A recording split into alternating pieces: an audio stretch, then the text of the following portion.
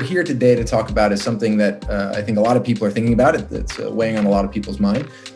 We have an election coming up, and voting, right, the franchise, the right to vote, is really the most fundamental mechanism that all of us have as citizens to participate in our democracy and make sure that our voice is heard. Election day is coming up really fast. It's coming on November 3rd. For many of us who are voting in different ways than going to the ballot on election day is kind of already here. And so what we're going to talk about today is, some things that people have been asking questions about and talking about around the resilience of our election system, right? Will the votes be counted? Will the outcome be fair? Can we trust it? And I think that we have a really wonderful group of panelists here today to help us talk about some of these issues and make sure everybody knows how they can vote and what the state of Idaho in particular is doing to make sure that the election is really secure and safe and fair. So joining me today, my name is Ian Harris. I'm the CEO of Vinyl, and we're really glad to be a sponsor and a supporter of our Boise Startup Week. Joining me today, we have Dr. Hoda Meporian, who's a PhD and a member of the computer science faculty at the College of Engineering at Boise State University. And she's the associate director of the Cyber Lab for Industrial Control Systems. We also have Chad Hauk, who's the Chief Deputy Secretary of State at the state of Idaho. So welcome to you both. Thanks for being here. Thanks, Ian. Thank you. People asking a lot of questions about, voting, is it safe? Is it secure? So let's just maybe jump right into it. One of the big issues that people have been talking about has to do with the safety of voting by mail and absentee ballots. I know that Idaho, I think, has accepted absentee ballots since the 1970s. Recently, if you look at, FBI Director Christopher Wray talking in front of Congress in September, he said that the FBI sees no evidence of sort of widespread coordinated national voter fraud efforts or anything like that. And quite frankly, even if somebody tried to do it, I think it would be pretty hard for them to do. Chad, you were quoted, I think, recently in the Idaho Statesman saying that your office wasn't, overly concerned about potential problems with mail-in ballots. And I think it's because of sort of the systems and checks that you have put in place. Can you talk to us a little bit about that? Sure, Ian, thanks. And again, thanks to Boise Startup Week for making this possible. The absentee ballot process, as you mentioned, is something that's been in place in Idaho since the 70s. We've certainly seen an uptick in the percentage of voters utilizing it, especially given that our past election, the past primary that we just had in May, was operated 100% by absentees. So coming into this election, given that voters had the option when selecting their May ballot of being able to select a November absentee ballot as well at the same time on that application, we've seen a tremendous uptick. We, in fact, had over 350,000 ballots requested before that 30-day kind of cutoff when that first batch of ballots would go out. So before any absentee ballots were even mailed, over 350,000 Idaho voters requesting an absentee ballot. That's unheard of. That's never been that way before.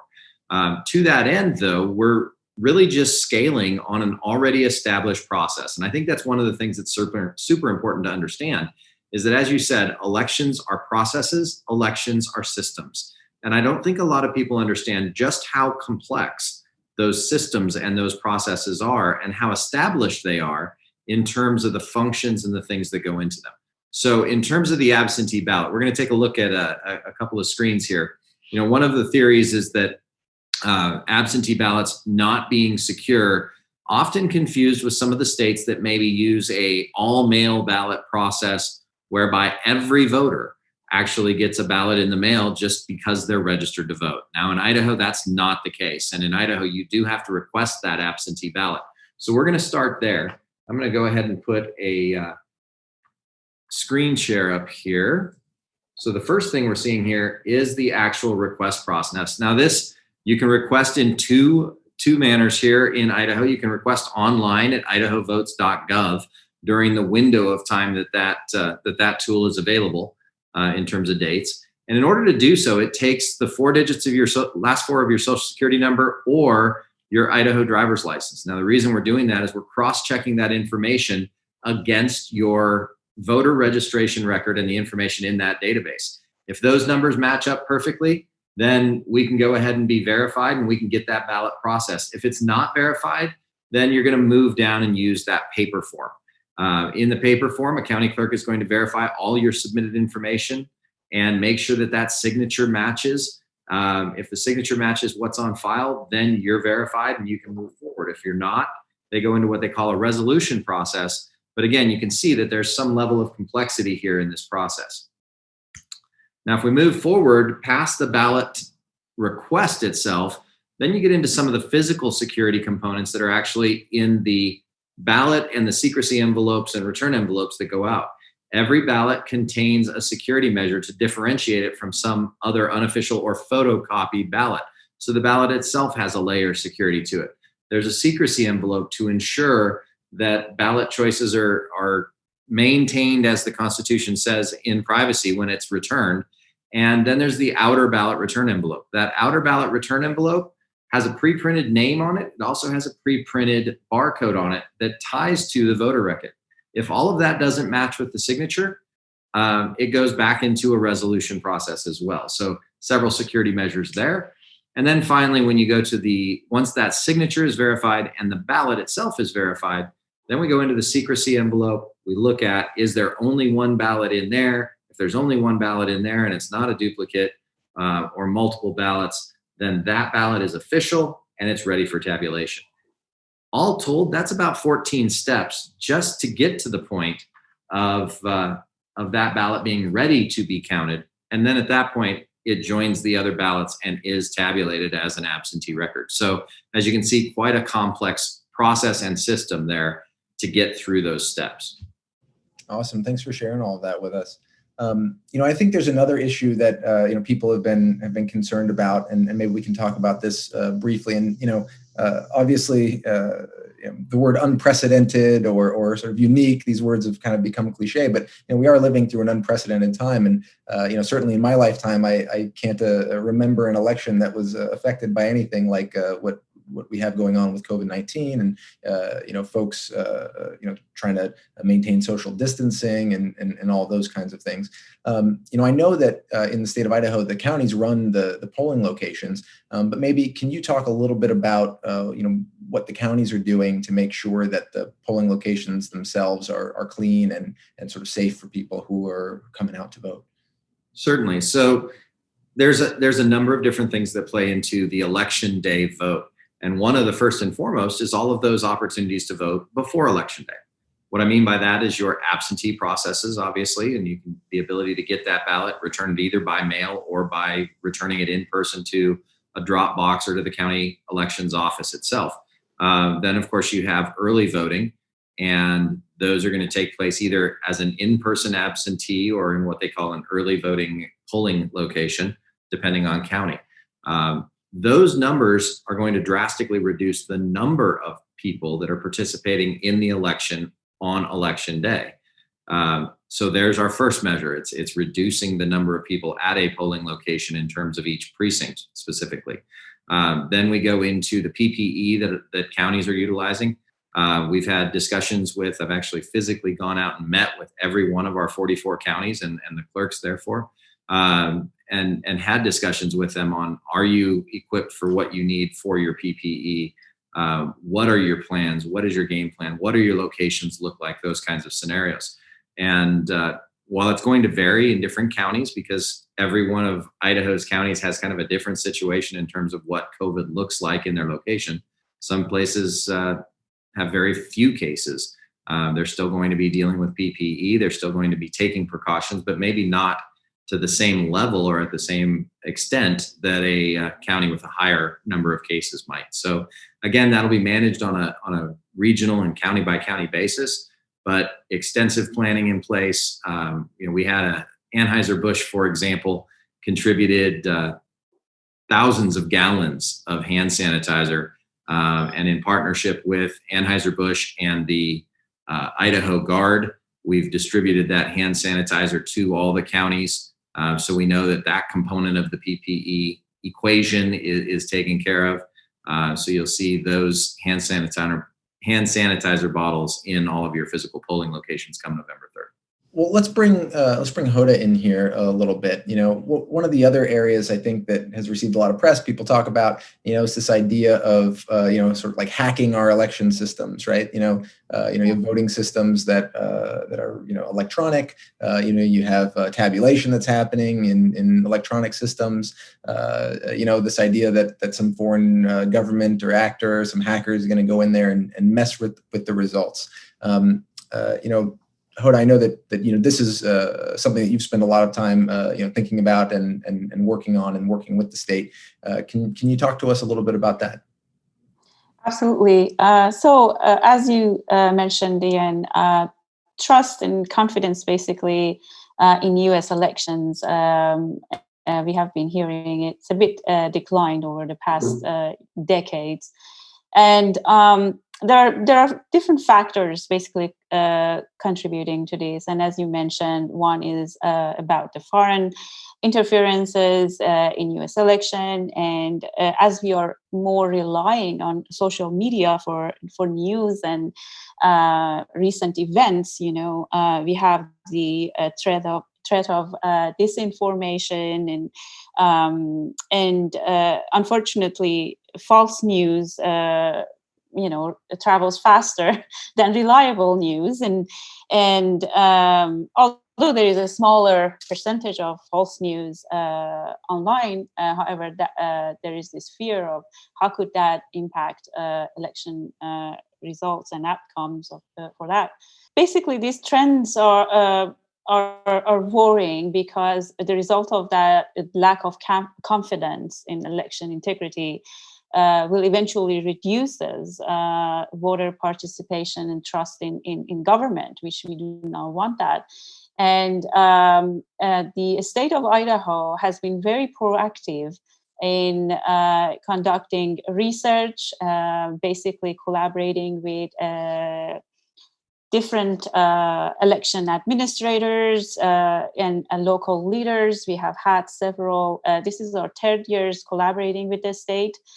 So we are conducting, training, and we recently have established a center. We call it INSURE. It's the Idaho Election Cybersecurity Center, which will conduct research in the area of how can we basically identify disinformation in social media and be able to actively inform users. And we have been using, we have been investing in tools and algorithms to basically identify, detect, and visualize election vulnerability. So we will conduct research in that area to learn from events that has happened previously and provide information. And as a result of that, a better decision-making process at different levels. So that's what we have been doing, and we have a very strong relationship with the state. So yes, there are different angles, there are different issues, but that's why we basically need more funding and more research and training in this area. We have been talking about critical infrastructure, and election has been identified as a critical infrastructure. And we are seeing more funding that is assigned in this area at the federal level and the state level, and that's great news. If I can jump in, I know that the right now, I think recently the House passed a bill. I think the Senate is thinking about taking it up, having to do with providing some more funding to do this type of research in particular into security measures in order to coordinate with the state. How is the federal government supporting and funding these types of fortifications and improvements in state election systems? And how has the state of Idaho been involved in that? And do you think it's going far enough? How is that working? Well, Ian, that's a great question. We just recently, back in March, we were actually at a cybersecurity training event, an exercise that was happening out on the West Coast, and working with the D3P project, Defending Digital Democracy project out of Harvard University, the Kennedy School there. And they were one of, in fact, Boise State was our partner in helping bring that D3P project to Idaho, and part of doing the cybersecurity training that we've done here in Idaho with Idaho's 44 counties and the clerks and election directors in those counties. But we were out at that particular exercise when we found out that we were going to be receiving in the area of $3.6 million in COVID funds through the CARES Act, directly distributed through the Elections Assistance Commission under the Help America Vote Act. As soon as we got back, we started looking at how we could utilize those dollars well. We made the decision to invest $2.4 million of that funding into the counties to help cover the cost of both the May primary and this November election under the COVID pandemic. And in that process, that was part of why we did the traveling around to the 44 counties to help make sure that we were making the smartest investments we could collectively at the endpoints of the network that constitutes the election structure of the Idaho election system, so that the entire ecosystem as a whole was at least coming up to certain baselines. So we actually had all of the counties do a cyber evaluation survey. We've had all of the counties engage with the Department of Homeland Security and with CISA, the Cybersecurity and Infrastructure Security Administration, to engage in cyber hygiene scanning. And we see those baseline tests and those scan results come back not only to the IT directors at the county level, but to our security specialists at the Secretary of State's office. So there's a significant shift that has played out both in terms of resources coming from the Department of Homeland Security and financial resources coming through some of the legislative acts like the CARES Act and the Help America Vote Act. All told, we've been able to invest over $3.9 million in infrastructure here in Idaho just through the counties in the last relatively 9 months. And how are you at Boise State University collaborating with the state on some of these programs? We have been, this is our third year collaborating with the Secretary of State, and we have between 20 to 30 undergraduate, graduate students that helped out with the tabletop exercises with collaboration with the election administrators and local leaders, election risk and cyber risk and all of that. We have been able to include our students, especially when, at the undergraduate level, everything is very theoretical.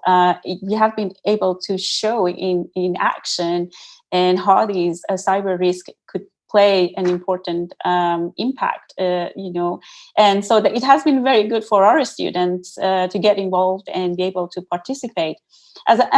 As a result of what Secretary of State has done and all the funding that we have been able to get from them and get the information that they have provided us, we have been able to kind of start this multidisciplinary research with political science, computer science, and we want to take this a little bit further and hire graduate students and continue this collaboration. That's how we have been involved and working with them.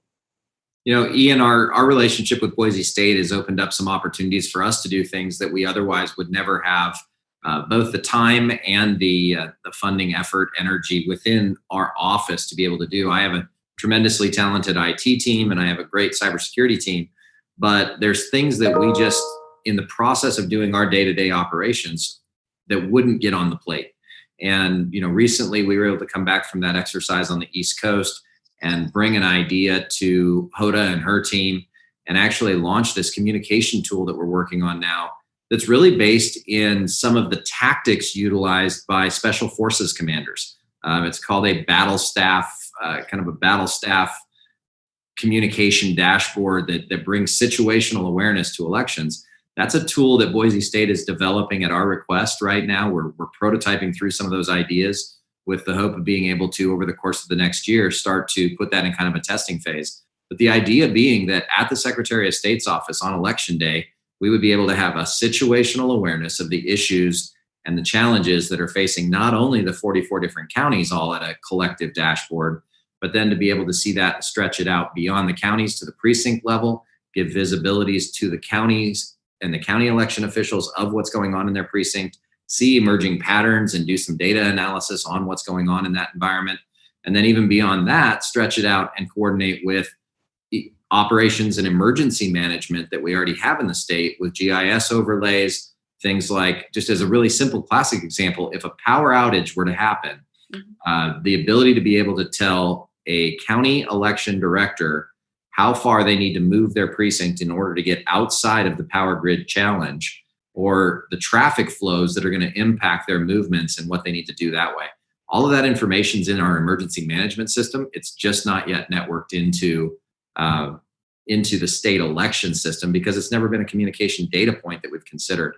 And now that we have Boise State with the ability to play with those kinds of things, we can start looking at those kinds of things in a prototype form where my team would never have the time to develop that. So I hear, undergraduate students are involved in some of these efforts. Graduate students are getting involved in these efforts. We have, researchers and professors involved in these efforts. We've got, folks at the county level that are involved in these efforts, folks at the state level. We got funding coming in from the federal government.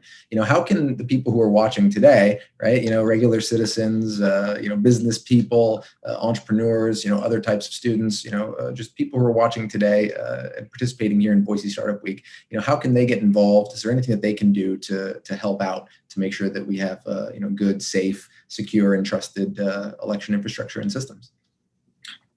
Well, Ian, from the start there, one of the things that's the most important in the election system is the fact that it is at the end of the day, it's a human-driven system.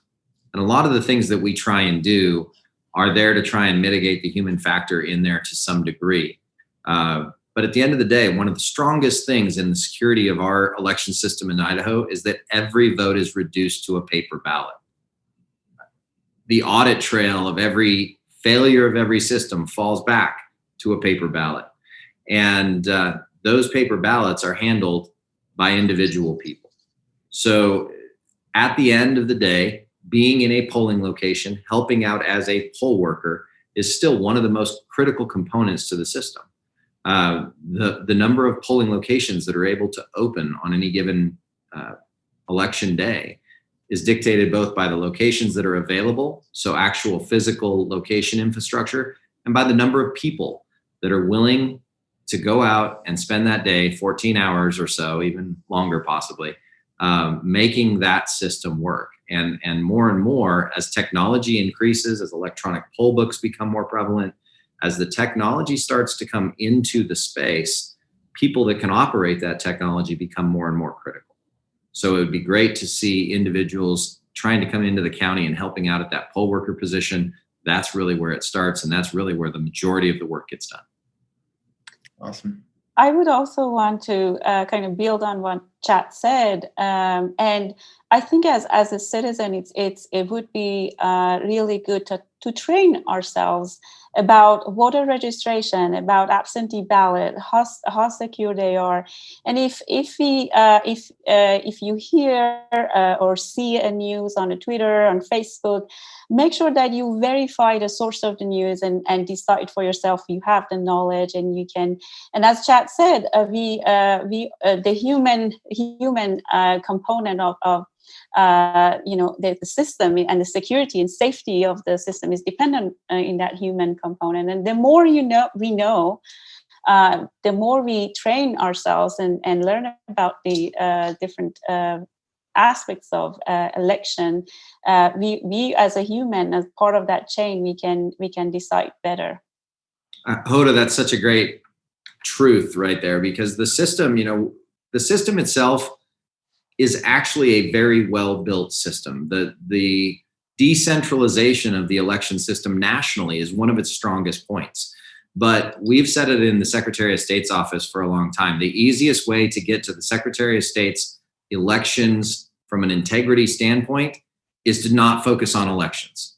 The easiest way to disrupt the elections in the state of Idaho would be to go find some way to put graffiti on the homepage of the Secretary of State's corporate website, because most people don't differentiate between the corporate filing system of the Secretary of State and the election system and the elections website of the Secretary of State. They just see it's the Secretary of State. In fact, 2 years ago, I was on my way in about 5 days before Election Day. I was on my way down State Street headed for the Capitol. I got a phone call saying, hey, the Secretary of State's website has been hacked. I pulled over to the side of the road. I looked up my the Idaho Votes website. It was good. I looked up sos.idaho.gov. It was good. I said, read me the URL at the top. What they read me was not even the Secretary of State's website. It was actually a different agency. I won't throw them under the bus right now by any means, but it was a different state agency, and there was a manifesto on that website, and the press release that the hackers had put out at the same time that they hacked the website was that they were going to be successful at hacking A, B, and C. They only got A and B. But because the press release went out and because nobody verified, I still got that phone call.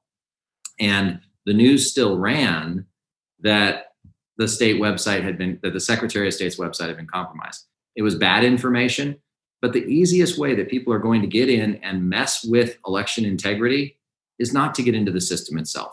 It's going to be through misinformation, disinformation. It's going to be through systems that don't actually impact the vote, but impact people's belief in the integrity of that vote. And that's where we really need to do a good job of shoring ourselves up. Get your information from trusted sources. Verify. Don't fall for spoofs. Don't question it. If you see something that looks illogical, question it. Find a verified source and check it before you go propagating that bad information and spreading it. I think that's great advice. And with that, maybe we can be a source of good information for people who are watching this now. We can shift a little bit and talk about something that everybody should be doing, which is making a plan to vote, whether that's absentee or by mail, going to a drop-off location, participating in early vote, and just really thinking about what is your plan to vote. Are you ready to have an impact and have your voice heard in the upcoming election? So let's talk about that a little bit. This session might air a little bit sooner, but it's probably going to air somewhere around the week of October 26th. Election day, as everybody knows, is November 3rd, but there are a lot of ways people can start voting before that. And so maybe we can go through a little bit of those, a couple of those things right now. It looks like if someone wants to request an absentee ballot, that they have to do that by October 23rd. Is that correct, Chad? That is correct. October 23rd. Applications have to be received by the county clerk by 5 p.m. That is the cutoff time. You might think that online you could continue to do so later, but it's 5 o'clock. It's the cutoff date, October 23rd, 5 p.m. In the hands of the county clerk for that absentee ballot request to be processed. Now, I will note that if you do wait that long to request your absentee ballot, you've got to understand that it's going to take time for it to get mailed to you. And by the time you receive it, you may not have enough time to get it back by mail. So you could then take it and drop it off by putting it in the back in the hands of the clerk, driving it to the appropriate drop-off location, or by putting it into one of the drop slots that your county is going to make available.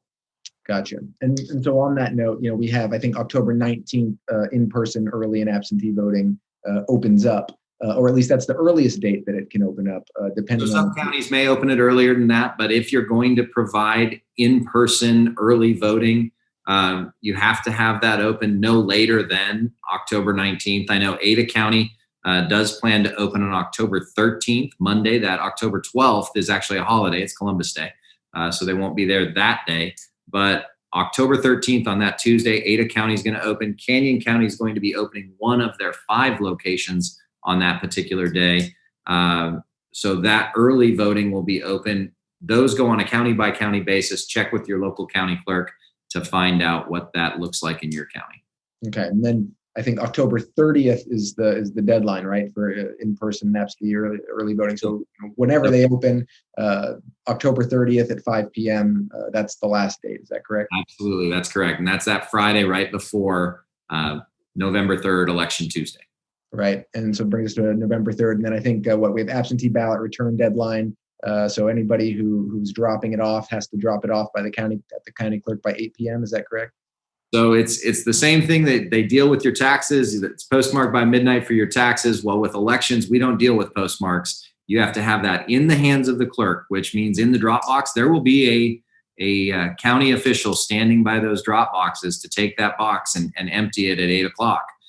So make sure you have it in that drop box by 8 o'clock or across the desk into the hands of the clerk if the office is taking it that way. But you can find out what that is in your county ahead of time, obviously. You can drop it off ahead of that time, but no later than 8 o'clock on election night. That's when polls close, and that's when absentee ballots have to be in as well. So let's just say that again. I have an absentee ballot. I throw it in the mail the day before on November 2nd. Should I feel confident?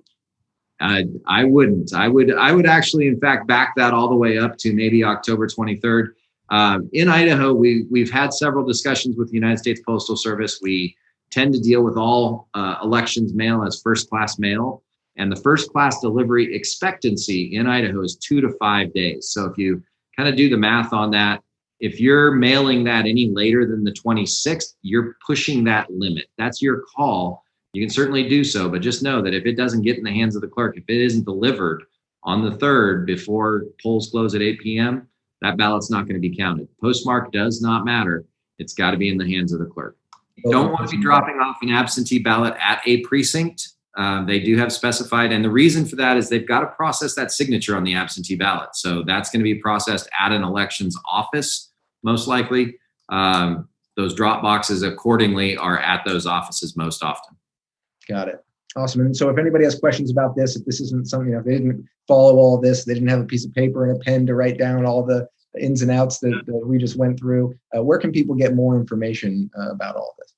So by the time we get right down to that last week before the election, your best resource is going to be your local county clerk, because there are so many variables by county on how things are handled, on what addresses things are at, et cetera. So the first place I would drive folks is to their county clerk and to their county clerk's elections section of their website if they have that information up there. If you can't find it there, reach out to us at idahovotes.gov. That's idahovotes.gov. And we will, in our office, help you get the right information, get you taken care of. Awesome. All right. Well, thank you so much for joining me today and having this discussion. Like we said at the beginning, there's nothing more important that we can do to take part in our democracy than to do that fundamental thing and vote. And so again, for all of you watching, please vote. Please take part in this election. And for those of you that joined us today to discuss this, thank you so much for all the efforts that you've put in to make sure that we have a resilient election.